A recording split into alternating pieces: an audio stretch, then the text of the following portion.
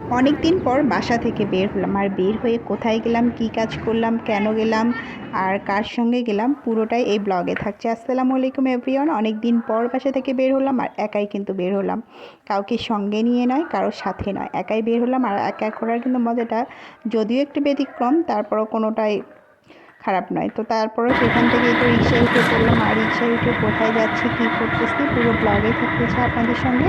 আমি আবারও ছোট্ট একটি ব্লগ নিয়ে, আর এই ব্লগটা কিন্তু সম্পূর্ণ আলাদা থাকতেছে এবং বাহিরে থাকতেছে, কোনো ঘরোয়া কাজে কিন্তু থাকতেছে না। তো এই তো এটিএম বুথে চলে আসলাম, আর ডাচ বাংলা এটিএম বুথ থেকে টাকা তুলতে আমি বেশ কমফোর্টেবল ফিল মনে করি, তো এই জন্য ডাচ বাংলাতে আসলাম। এটা কিন্তু আবার ফির মনে করেন না যে ফেসবুকে কোনো আর্নিং করা, মানে আমার কিন্তু কোনো ফেসবুকে আর্নিং টার্নিং কিছু চলে না ভাই, হয়নি এখনও পর্যন্ত। তো এই তো মোটামুটি নিজের ক্যাশ থেকেই তুলতেছি, নিজের অ্যাকাউন্ট থেকেই প্রয়োজনীয় টাকা যেভাবে আমি তুলে থাকি সেই রকমভাবেই তুলতেছি। এই তো এই কার্ডটা বের করে নিলাম, তো কার্ডটা বের করে নিলাম, আর একটু দাঁড়িয়ে দাঁড়িয়ে দেখতেছিলাম যে কোথায় যাওয়া যায়, কী করা যায়। তারপর এই তো কোনো মতো একটা রিক্সাকে নিয়ে নিলাম, আর ভাবতেছি যে কী কিনবো কী কিনবো না, আসলে অনেক কিছুই কেনার আছে, আসলে ততটা টাকাও আমার নেই, ততটা সাধ্য আমার নেই এই মুহূর্তে কেনার অত কিছু।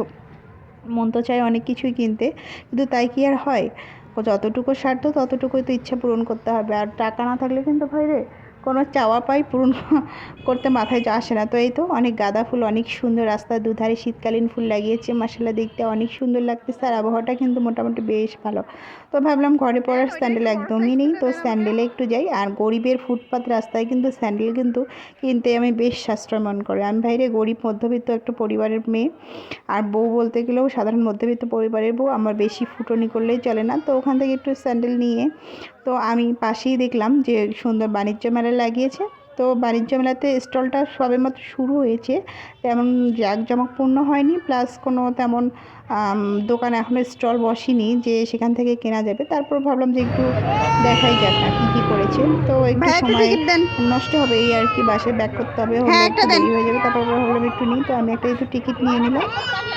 তো প্রতিটি টিকিটের মূল্য 20 টাকা।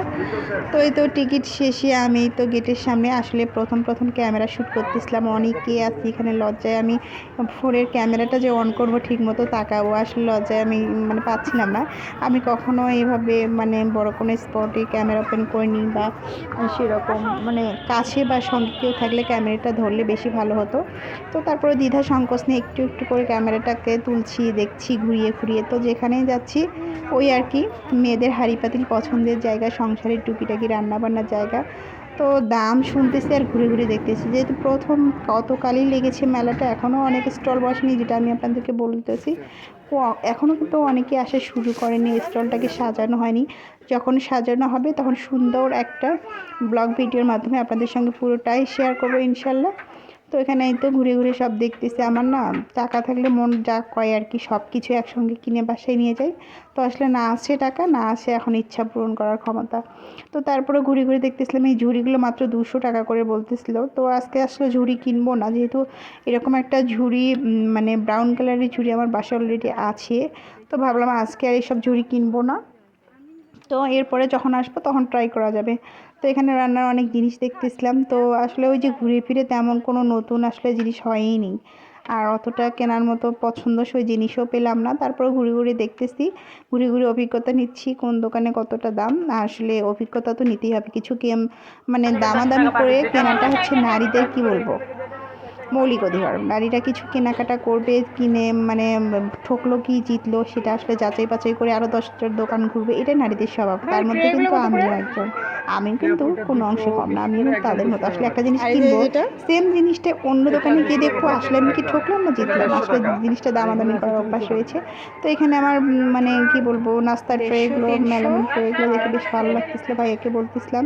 তবে আমি কিন্তু এটা দেখি, এবার এটা দেন দেখি দামাদামি না, আমাকে। একটা ট্রে যা এই যে নিবো এটা এটা পেঁয়াজ কনফার্ম। কালারটা দেন তো তবে। ওই ট্রেটা আমার খুব পছন্দ হয়েছে, তো ভাইয়াকে বললাম ট্রেটা দিয়ে দিতে, তো ভাইয়া বলতেছে আপু ঠিক আছে একটু ওয়েট করেন, আমি হাতের কাজটা সেরে আপনাকে ট্রেটা আনিয়ে দিচ্ছি। তো ট্রেটা নিয়েই তো আমি মানে ফ্লাওয়ার ভাজের দোকানে আসলাম, বাট ফ্লাওয়ার ভাজগুলো একটুও ভালো না, একটুও মনে লাগলো না।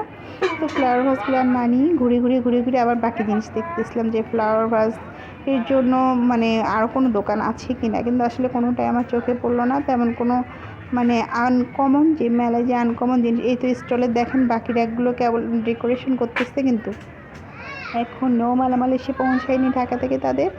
তো তো আমি এই যে দেখতেছিলাম স্টলগুলো ঘুরে ঘুরে দেখতেছিলাম আর ভাবতেছিলাম একদিন আমার বাচ্চাদেরকে নিয়ে আসবো এই মেলায়। তো আজকের মতো এই পর্যন্তই, আল্লাহ হাফেজ, বাকি মেলায় দেখা হবে আবারও।